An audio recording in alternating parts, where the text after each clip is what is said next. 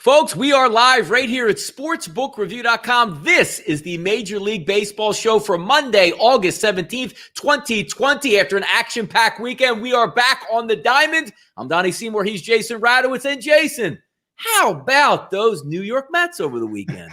Yeah, how about them, right? Yeah, it was kind of embarrassing watching Zach Wheeler just destroy us. It's just a really bad feeling. Knowing DeGrom's hurt, knowing Syndergaard's out, knowing Stroman's out, knowing Walker's hurt, knowing Porcello is probably good. Whatever. The Mets are in deep trouble right now. Meet the Mets, greet the Mets, and the Phillies. Yes, we did beat those Mets. We got a big card today, as usual, on a Monday. We do it each and every Monday through Friday, 1:30 p.m. Eastern Time, right here on the channels at sportsbookreview.com. If you guys haven't done so yet, 66,400 people have done this. Hit the subscribe button, hit the notification bell. Every time Jason and I go live on the networks here, specifically with the Major League Baseball show, you will get that delivered to your inbox and also below. If you have any questions, if you miss any content, it's always right there in that option. SBRpicks.com/MLB. Jason's information is all there. The videos are there. A lot of really good writers designed to make you a better Major League Baseball handicapper. And you know what's nice, Jason, about this sprint season? We get a nice full Monday card. You know, sometimes that 4 to 5 games leaves a lot to be desired. We got a full card. We'll hit it. And as always, at the end of the show, we'll go over best bets and certainly some banker bets that we can put some money in your pocket. Let's get going here, Jason. 951, 952, Toronto and Baltimore. Ryu versus Cobb, about a 50-50 ticket split offshore. That opened up at -129. Not a lot of line movement as we see at 5 dimes, -132. If we take a look at the total, it opens up at 9. Pinnacle staying at 9, but you do have some movement with some juice. 5 dimes over 8.5, -120. Points bet at 8.5, -125. When we take a look at these two pitchers here, look, Ryu's snapping back into form, but the one interesting thing about the Baltimore Orioles, the offense is loaded. This $3 payroll, Jason, is absolutely hammering. I'm looking at it right now. A team total, it's a little bit expensive at 5 dimes if you're looking for the Orioles at 3.5 in this game. I'm going to spend a little bit of money. I think it gets 4 or more for the Orioles, even though they're going up against Toronto's top flight pitcher. What are we looking at here in this game, Jason? Yeah, that's a good look for this game. For me, I like the under in the first 5 at 4.5. We call it the Radowitz Classic, I guess, but it's been a little off recently. Lost a couple of them, so I'm trying to get back on track with my under first 5s. I know I hit like 10 or 12 in the first 2 weeks and just destroyed. So under F5 with 4.5 at +104 in this game.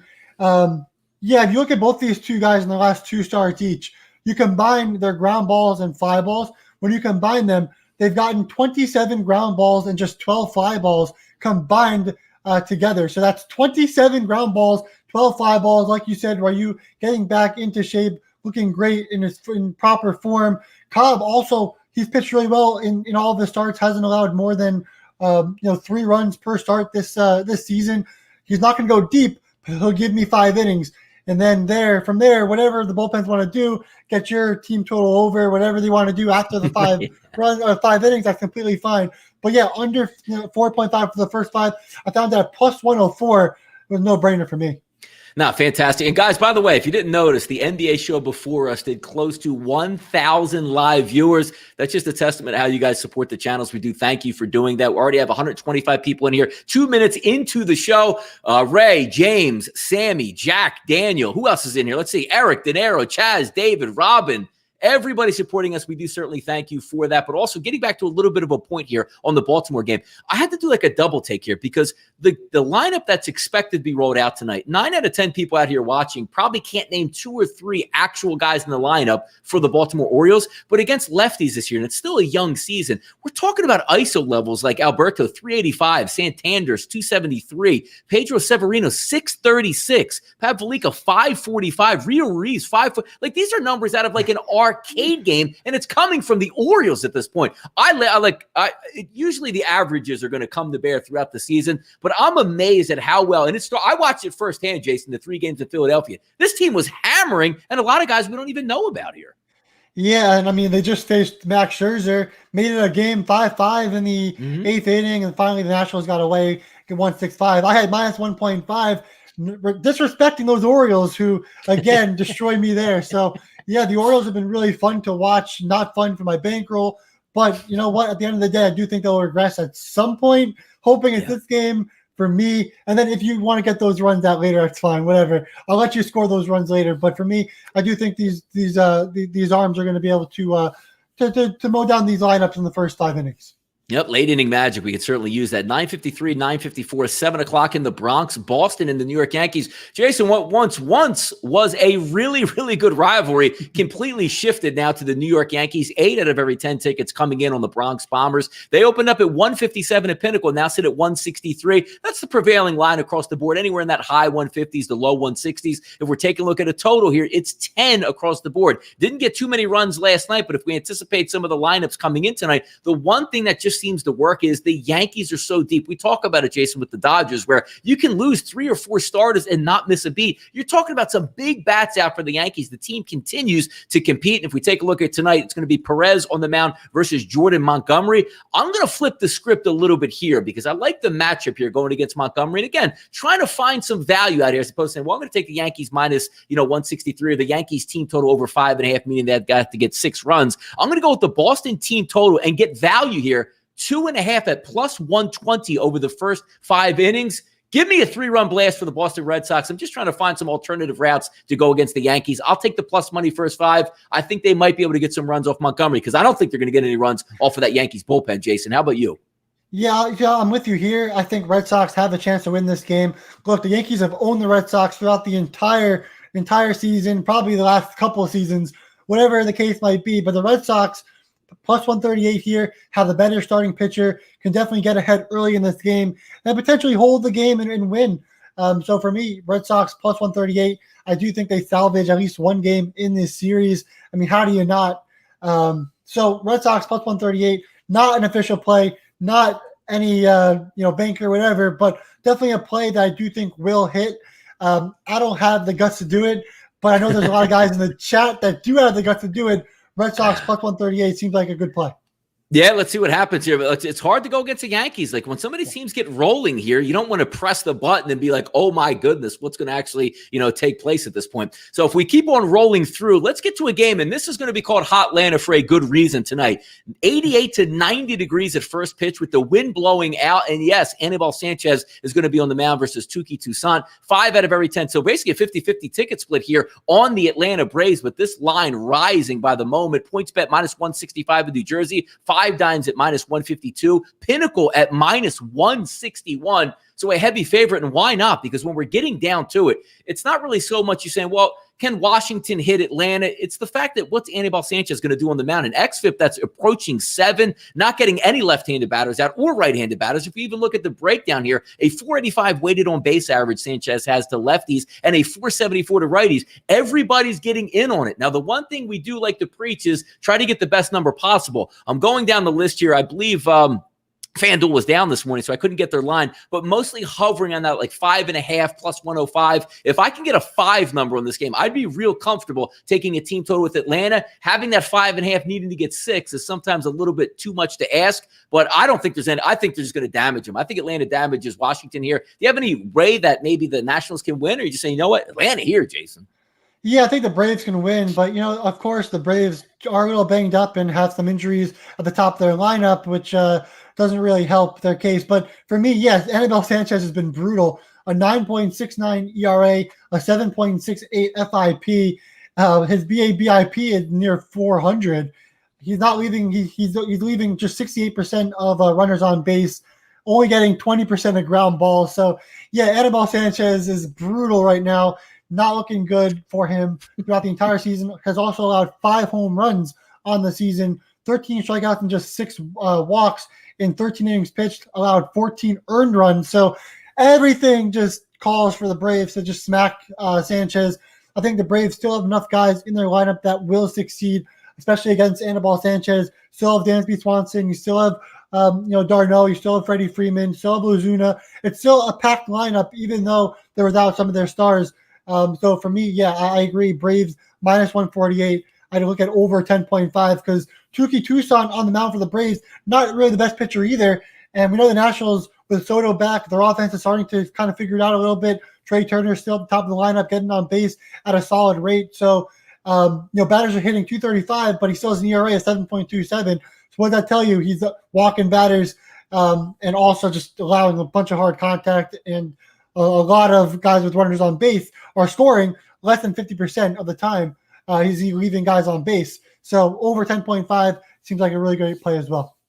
Welcome into the chat box, everybody. Jose Farr fan made it in here. Benjamin Cruz in here. Leroy Flood says Washington first 5 money lines. So he says, I don't give a damn, Jason, what you and Donnie are talking about. I'm going with the Washington Nationals, and I respect that out there. Art Benjo's in here. Jonathan Cruz. Looks like an over day. It really does. You don't have those top flight dominant pitchers on the mound today, and maybe we could pick and choose some of these winners. I'll tell you where there's not going to be good pitching tonight, or at least we anticipate, down in Dade County, and that's 957, 958. One of my good friends, Robert Giselman, is returning back on the line with the Mets. He was one of my favorite pitchers over the past 2 to 3 years for team totals, but he actually snapped back a little bit last year. We'll see if it continues today in its starter's role. Yamamoto, the young pitcher for the Miami Marlins, he hasn't had much success at all. It just seems like, Jason, he's a 5-inning pitcher at most, maybe 6 innings, 3 to 4 runs each and every time he comes out there. About 50-50 ticket split, but we do have a decided advantage here on the New York Mets on the road, -150, -148, even -160 showing their head, an over-under in this game of 9. And just getting back, like sometimes you have to take that bad taste out of your mouth where maybe the Mets didn't perform in Philadelphia. It's a new day, so you have to match it up against new teams. I think the Mets are going to hit tonight, Jason. I really do. And taking a look at their team total, 4.5 -130, and always searching around to see, because it's a big difference to get that heat and humidity in the building in South Florida. It even helps if that dome is going to be open, similar to what you look at out in Arizona. But even though you're looking at a lineup that doesn't seem to be performing all that well, specifically against right-handed pitching, I think they do damage tonight. I think they get 5 runs off the Marlins, Jason. I do. Yeah, see, this is the first time I have an official play on a Mets game. I couldn't pass this up. Just like you said, I do think the Mets are going to explode. I do think Robert Giselman let up a couple runs in this game as well. So for me, over 8.5, got that around -134. So I went and did a little alternative line, got that over 8.5 instead of 9. I just would prefer having 8.5. So once it hits 9, I get the win. I don't have to worry about the push. I get it. So for me, over 8.5 at around -134 for me. Like you said, Robert Giselman, a guy that didn't look too great in his last start. Batters are now hitting .357 against him in just 3 innings. Of course, it's a small sample size. One start, you went just 2 innings, allowed 3 earned runs in those 2 innings versus the Nationals. On the other hand, Jordan Yamamoto has looked pretty bad in his sophomore season, allowed 13 hits, 8 runs, 4 home runs in just 7.1 innings pitched in 2 starts this season. He's getting 20 fly balls and just 5 ground balls on the season. Does have 9 strikeouts and 2 walks, but if you look at last season, does have a higher walk rate. So the walk should go up in this game. The Mets do have a couple guys that are pretty patient at the plate. Also allows very hard contact. Like I said, doesn't get many ground balls. Clearly, 25 balls and 5 ground balls on the season in 2 starts so far. So you're looking at the Mets getting some line drives, some fly balls, some balls definitely over the fence. And Giselman, he's the guy that's going to allow some balls over the fence too. So for me, over 8.5 all day, and Mets 143. Again, this is the first time I've taken a Mets game on the season, so you have to know that I really like this one. You homer, Jason. Yeah, no, I agree with you. And again, I am a Mets hater, and I look at this lineup in this game and say, you know what? I think the Mets lineup is certainly the one to do it, because even if you flip it over to the other side, it looks decent for the Marlins. And yes, they should be able to get, to Giselman. I just think I like that full 9 at-bats for the 9 innings. Not a great bullpen for Miami. I think they get 3 or 4 runs early and continue that stretch out. Looks like we might have 5 left-handed batters in the lineup. Nimmo, McNeil, Conforto, Smith, and Cano anticipated to be in the lineup tonight. I like the Mets. I think it's a pretty good play here, and I do agree with your total, because if the Mets are going to approach their team total, I think we're going to get some runs for the Marlins as well. 961, 962. Bubich for Kansas City versus Whistler for Minnesota. 7 out of every 10 tickets coming in on the Minnesota Twins. This line, however, Jason, opened up at -191 with Pinnacle offshore. They now sit at 162, 5 times 161. Points bet out of New Jersey at 170, and the over-under across the board at 9. These are always the interesting ones, because when I take a look at this baseball game and I say, all right, you got the young kid going on the road against a team that can absolutely mash. He's been decent on the season, but can he hold up in this type of an environment? Whistler's an average to okay pitcher, but you're going to have to lay, $1.50, $1.60 at least in order to get the favorite home in this one. Looking at the total hovering between 9s and 9.5s, I would lean towards the over, because I do think the matchup here for Minnesota, they can do a little bit of damage, but also I think Kansas City is sneaky on offense and can provide some runs. I lean towards the over. Don't love this game. Do you have any looks or leans in this one? Yeah, I mean, I don't have an official play, but if I were Yeah. to make a play, there's value with the Royals at plus 165. This is going to be Matt Weasler's first start of the season, right? And so for him, maybe goes 4 or 5 innings, then you get that Twins bullpen. You don't know what could happen with the Royals. So offensively, Blue pitches look pretty good. 5.4 ERA, but a 4.87 FIP. He's a guy that's getting 60% of ground balls this season, some hard contact, but also getting a high strikeout rate, low walk rate for the most part on the season.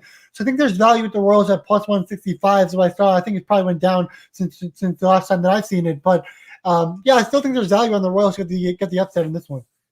No, I think you're right on that. Maybe a bullpen-looking game there for the Twins. I know the Twins do have a good bullpen, so not that normal starter that you're going to get on the mound with Whistler. So we'll keep an eye on that game, but we will keep it moving down the list. 967, 968. That's going to be Colorado and Houston. Get them out of Coors Field, where yesterday was blazing again and easily covered that total. Now they're going to go down to Houston, which is interesting here because, looking over the weekend, look, Houston's winning games, but they're not doing it in the past where they've been super dominant on offense. Didn't face a great pitching staff in the Seattle Mariners, able to eke out wins, scoring 2 runs and 3 runs and I think it was a walk-off yesterday, 3-2 final. Now we take a look at them going up against the Colorado Rockies, taking them out of Colorado, but still a decent-looking lineup here, anticipated with Hampton, Story, Blackman, Arenado, Murphy, Tapia, McMahon, Dahl, and Walters going against Belak. Belak's xFIP, right around a 4.6 at this range. He's actually been decent, though, to be honest with you, through the first part of the year. 238 weighted on base average to lefties and a 317 to righties. When we flip it over, we get Kyle Freeland on the mound, about a 4.5 xFIP here. A little bit of struggles with power from the left-hand side, but handling his business from the right-hand side. Not getting a lot of strikeouts.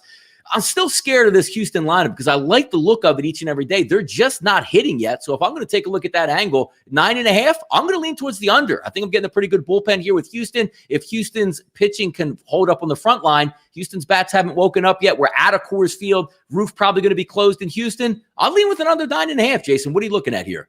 Yeah, that's fair too. I was even looking at under 10 earlier in the day, so I can see that there's been movement to 9.5. But yeah, if you can get under 10, I think that's a good play.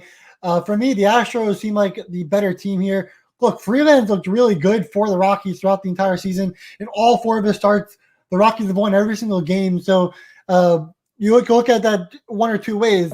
Freeland's pitching really well, or he's going to regress, and the Rockies are going to lose a game finally when Freeland's on the mound. The Astros, again, they're not hitting well. We can say that's going to regress and say the Astros are going to start hitting well, or we can say, well, this is the result of them cheating last year and the year before that and the year before that, and say, well, maybe the Astros aren't too great anymore. So this is a tough game. That's why I'm staying away from it.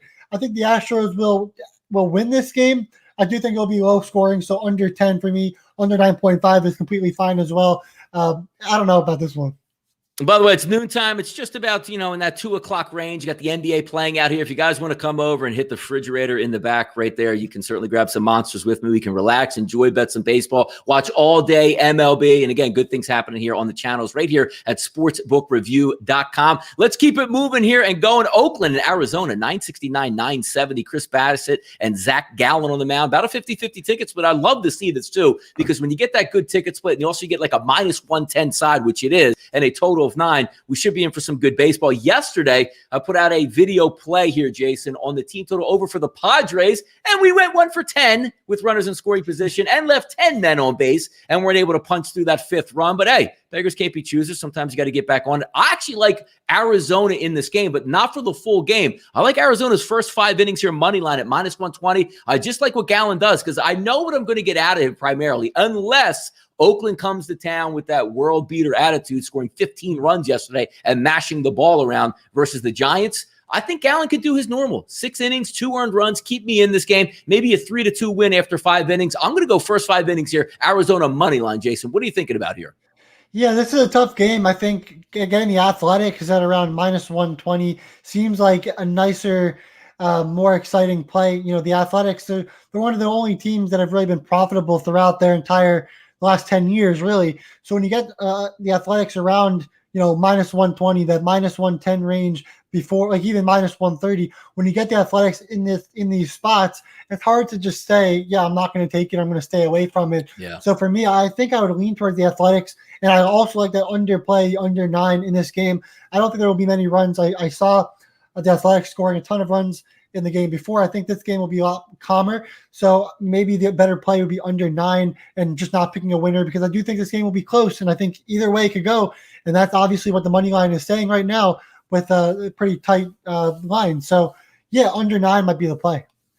There you go. Checking in the chat box here, Ulysses Hayes. I would ride with Houston money line. Bill McMahon, Cubs, and Hendricks, a banker, question mark. Daniel Pacheco, Freeland on the mound. I like Colorado here.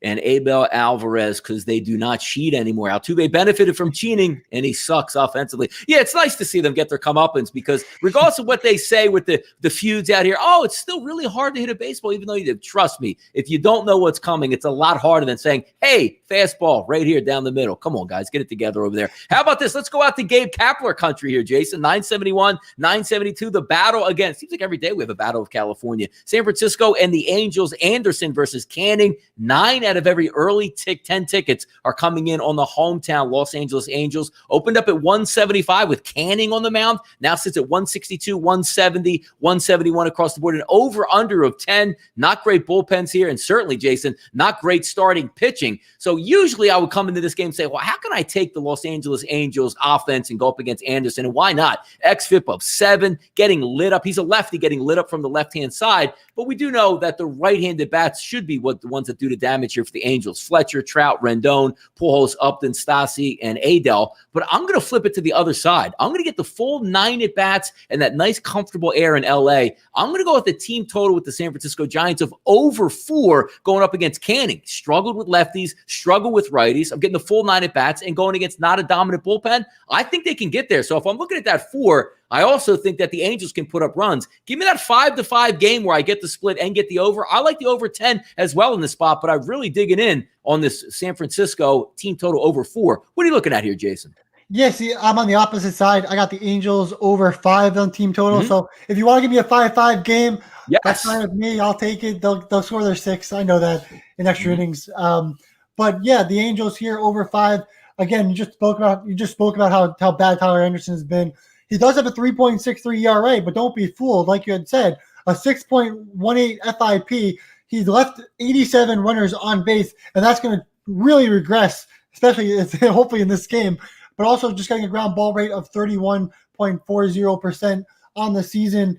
He has extremely high ERA. If you look at his stats from last season and put it together with this year's stats as well, very high walk rate. Again, doesn't get those ground balls. He allowed 4 earned runs in his last start. He's been lucky this season, really, with not allowing as many runs as he's allowed. And the Angels offense, again, with Trout, Rendon, Ohtani starting to get in the mix of there and starting to produce a little bit. Fletcher, La Stella, they have a good offense, and they've always had a good offense. It's just that they don't have great pitching like you just talked about. So this game it seems like an over game to me as well with both sides, but I'm just more comfortable with the Angels against Anderson than I am with the Giants against Canning. Canning has potential, just hasn't shown it yet. So I agree with your look. However, Canning, he's a guy that he does have potential. It just hasn't shown it yet. No, well, I think we'll get runs here. I really do, because sometimes when you need those extra runs, and you have a really good bullpen on the back end, or Josh Hader comes in the game, like, man, this game's going to be a lockdown. I don't see that happening tonight. So I do think we can get that 7th, 8th, and 9th inning pushes for both sides. And again, all you need really is 3-3 or 4-4 to get the extra innings, and all heck can break loose in that game. Let's open it up here. We'll start here. If anybody has any questions on any other games that we haven't gone over, we'll go right down the list here. 959, 960, Detroit and the Chicago White Sox. Minus 140 to open up as a favorite for Gio Gonzalez. That's now 150 and even as high as 155 at some outlets. The over-under opened up at 9.5. That's now staying at 9.5. And this is the reason why we always stress, try to get as many sports books as you can. Jason and I are from New Jersey. We have a lot of outlets, and I was able to track down a Detroit team total of 4, minus 115. Gio Gonzalez coming into this with an XFIP of over 5.5, struggling with both lefties and righties. And one of those things I really like, a team with switch hitters, they're anticipated going with all 9 batters from the right-hand side. I think the Detroit Tigers can get their team total in this one. That's the way I'm going here. How about you, Jason? Any thoughts on this game? Yeah, I have plenty of thoughts. I do think over 9.5 is going to hit. Yeah. But this game just feels like a too good to be true game. We have two brutal we have two brutal pitchers on the mound, right? Boyd has been he has a 10.24 ERA, a 6.12 FIP. Gio Gonzalez, 6.61 ERA and a 6.37 FIP. And then you're looking at it and it says over 9.5. You're just like, huh? Right? So, like, that's why I'm just too nervous about this game. I'm not touching it, but 100% do I agree it's going to go over. I mean, you have Boyd and Gonzalez on the mound with two offenses that are performing at a solid level, especially the White Sox have been really good. The Tigers against Gio Gonzalez should be completely fine. So, yeah, over 9.5 seems like the absolute play. I'm just concerned. Why is it 9.5? So that's why I'm staying away from the game. Otherwise, it would have been a lock for me. But I don't know, man. It's just weird. Yep, I'll be sending out memes by the fifth inning. Like, I can't even believe it. One of my favorite ones is I'll say, like, it's Cy Gio Gonzalez on the mound tonight, which means through 5 innings, 1 hit, one earned run, no runs, whatever it is. So we'll see what it is. But just looking at the way both of these match up, because even a flip side with the White Sox, they're going to be able to load up from the right-hand side. The same way that the Detroit Tigers are. It'll be interesting to watch. I think it gets over the total, but some of these are my favorite breakdowns. Like, how did this game end up 2-1 after 13 innings, even though you have an extra man on base in extras anyway? How about doubleheaders here? 963, 964, St. Louis and Chicago. Kim is going to be on the mound versus Hendricks. 7 out of every 10 tickets here coming in on the Cubbies. That opened up at 182 offshore at SBR Odds at Pinnacle. That now sits at 170, and primarily 170s across the board. Now, again, the total is 6.5. Why? Because the wind is blowing in, number one, and number two, it's only a 7-inning affair. I got to say, Jason, I still look at these games, and you should have an easy angle to say, hey, look, if I have a pitcher that can go 5 or 6 innings, I need like 1 inning out of my bullpen. I have yet to bet a doubleheader yet this year. Have you been betting doubleheaders approaching this, or even do you have an option here on St. Louis or Chicago, which way you might be leaning? Yeah, I haven't bet one doubleheader yet, but this one I kind of want to, right? I haven't yet, but I mean, just knowing the Cubs went, I saw them at minus 180. Now you're telling me they're at minus 170, maybe even minus 165. We have Kyle Hendricks on the mound, a guy that can literally go a complete game in this game. I mean, really can against the Cardinals, who this is a team that we don't really know too much about right now. They haven't played in a while. They had one series finally, but really we don't really know too much about the Cardinals and what they're capable of.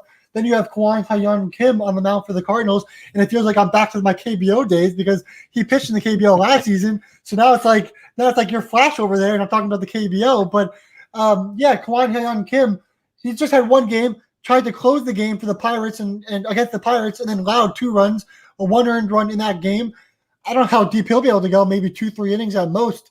Against Hendricks, a guy that could complete this game and finish the 7 innings. So the Cubs, for me, 100% at minus 170 seems like an absolute steal right there. We don't really know if the Cardinals are going to be able to perform with their pitchers on the mound. So, yeah, Hendricks on the mound only had 1 really bad game. The rest have been consistently really good. So, for me, if you want early action, the Cubs, 100%. James says, quick question for you, Jason, out of the chat box. James Hines says, pitchers getting tired, not batters. Are you guys taking that into consideration in this weird season? Any thoughts on that? Well, it's definitely a good look. There's a couple of things you could look at, because you could also say, well, maybe they're not getting as tired because they're going less innings and less pitches. So it's really hard it's hard to say, yeah, they're pitching. That's a broad look, right? There's going to be some pitchers that are, there's going to be some pitchers that are. So you can't look at it and say, all right, well, this is the Giants versus the Angels. Both pitchers are tired. Like we don't really know until they perform, right? We've seen guys with FIPs of 10s throw, 5 no run games. So it's hard to just say, like, you can say in a broad, you can say, yeah, okay, some pitchers are getting tired, but you can't really bet a game and say, yeah, pitcher's tired here and there. You don't really know. I mean, maybe I think the hitters will gain. Yeah.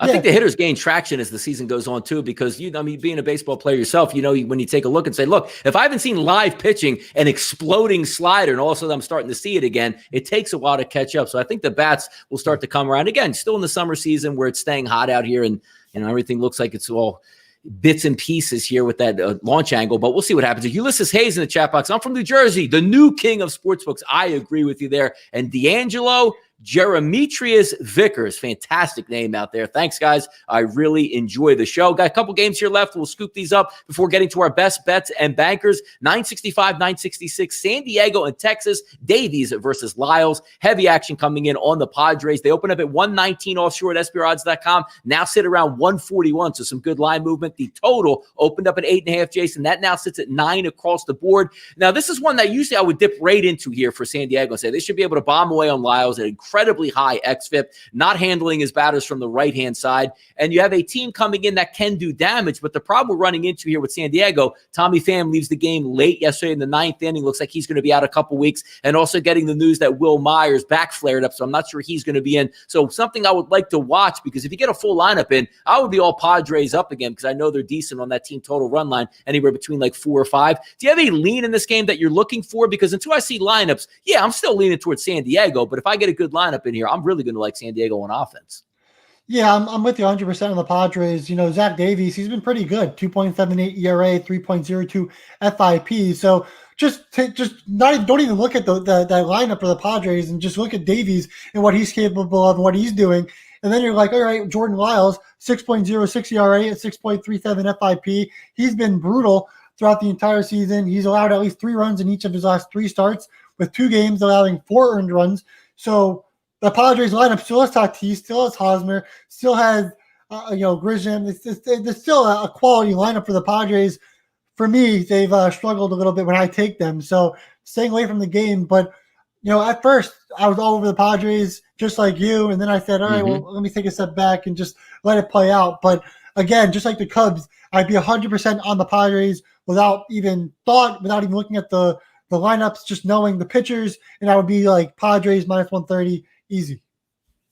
And looks like Mark Bullock just got in time for the bankers. You would be correct. In about 2 minutes, we are going to wrap it up and give you some plays to chew on. One quick game here before we get out, 973, 974, Seattle and the Dodgers. Now, look, 8 out of 10 tickets are coming in on the Dodgers, and it doesn't matter. They open up at 260, Jason, at Pinnacle Offshore. They're now minus 310 and really minus 300s across the board with a total of 10. It's one of those teams where even when you see exorbitant numbers like this and you say, well, maybe it's worth a flyer on Seattle, they're so hard. The Dodgers have everything, the starting pitching, the bullpen, the 1 through 9 lineup, and they can attack at any time. If they're struggling, they're, oh my God, only one run through 5, they end up with 6 or 7 runs repeatedly nightly. It's hard for me to go against them in this spot. I do think the Dodgers, team total 5.5 is always in play regardless of what happens, but it's still a high number to use. I don't really go with the game and say, well, I'm going to take a flyer in Seattle because Dunn should get lit up in this game. Any value in this from either perspective, Jason? Yeah, there's no value, and that's why I'm not touching it. Yeah. But I agree with you there. Dodgers over 5.5 would be really the only play that you could look at for this game if you're going to take a play with not such heavy juice. So, yeah, Dodgers over 5.5, again, done a 7.14 FIP, 4.85 ERA, just getting a ground ball rate of 38%, walking 6.292 batters per 9 innings, which is just brutal for Dunn to start the season. So, for me, there's only one play, Dodgers over 5.5. I'm not saying that Stripling is just the greatest pitcher of all time either. He's been a little bit shaky recently as well. So he's allowed 10 earned runs, 14 runs in 22.2 innings. So for me, the only play is really Dodgers over 5.5. Best bets and bankers now coming up on the board, and I'm going to go with the way that I looked early on in this show. And Gabe Kapler and the boys. I'm going San Francisco's team total over 4 in this game because I think both of these teams need to chase each other's down. And what I mean by that is I would be very surprised if this is 2-1 late, or even if one side gets out, which you can see the Angels get up, let's just say 6-1 by the 5th inning. That bullpen should be able to leak some oil for the Angels. I think both of these teams heading down the stretch, there's no reason to believe that both of these teams can at least get to 4. So I'm going to lean on that. I think there's a lot of runs in this game. I like the total, but I'm going to go with the team total, the San Francisco Giants team total over 4 in this one. I'll ride with that as my banker. Jason, take it away. What are we looking at today? Cool. Yeah. So we're going to look at the Angels on the other hand at over 5, not 5.5. It's 5. Do I recommend it if it's 5.5? Not really. I'd rather you get the 5, but I mean, it's your call at the end of the day. Donnie just said there's going to be a lot of runs in that game. He's on the other side. So let's say it's 5-5, get that 6 run and you'll be fine. But I'd rather the 5 because again, you get the push at 5 if they reach 5. So it's really like getting 4.5.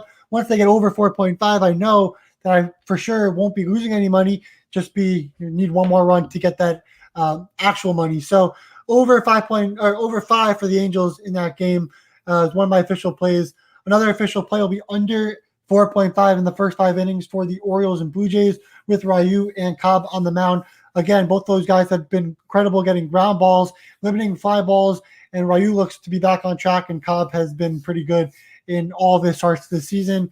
And the Baker play, my own team, over 8.5 for the Mets and Marlins, over 8.5. I don't have 9. Do I agree with 9? Yes, I agree with 9. I'd rather you get the 8.5. Of course, this is why we do the show, so you can line shop, go to SBR, get in and look at all the different books that you can get and make sure to get those best lines. Again, this is an alternate line over 8.5. It is at 9. I do have 8.5 for this game at around minus 134. So over 8.5 is my banker at minus 134. Pin up a little bit for that juice, but I'm not too worried. I'm not worried about it either. And thank you guys, 262 people watching live right here on the Major League Baseball show at sportsbookview.com. If you missed anything here, reach out to us on Twitter, me at RightSideVP, Jason at Jason_Radowitz. And also, again, there is a link below there, SBRpicks.com/MLB, videos, write-ups, everything you need to be a more complete handicapper in Major League Baseball. It's Monday. You know what? We'll be back here again on Tuesday, same time, 1:30 p.m. Eastern, right here on the channels at SBR Sports Picks. Thanks again for tuning in. I'm Donnie Seymour. He's Jason Radowitz for sportsbookview.com. This is your Major League Baseball show.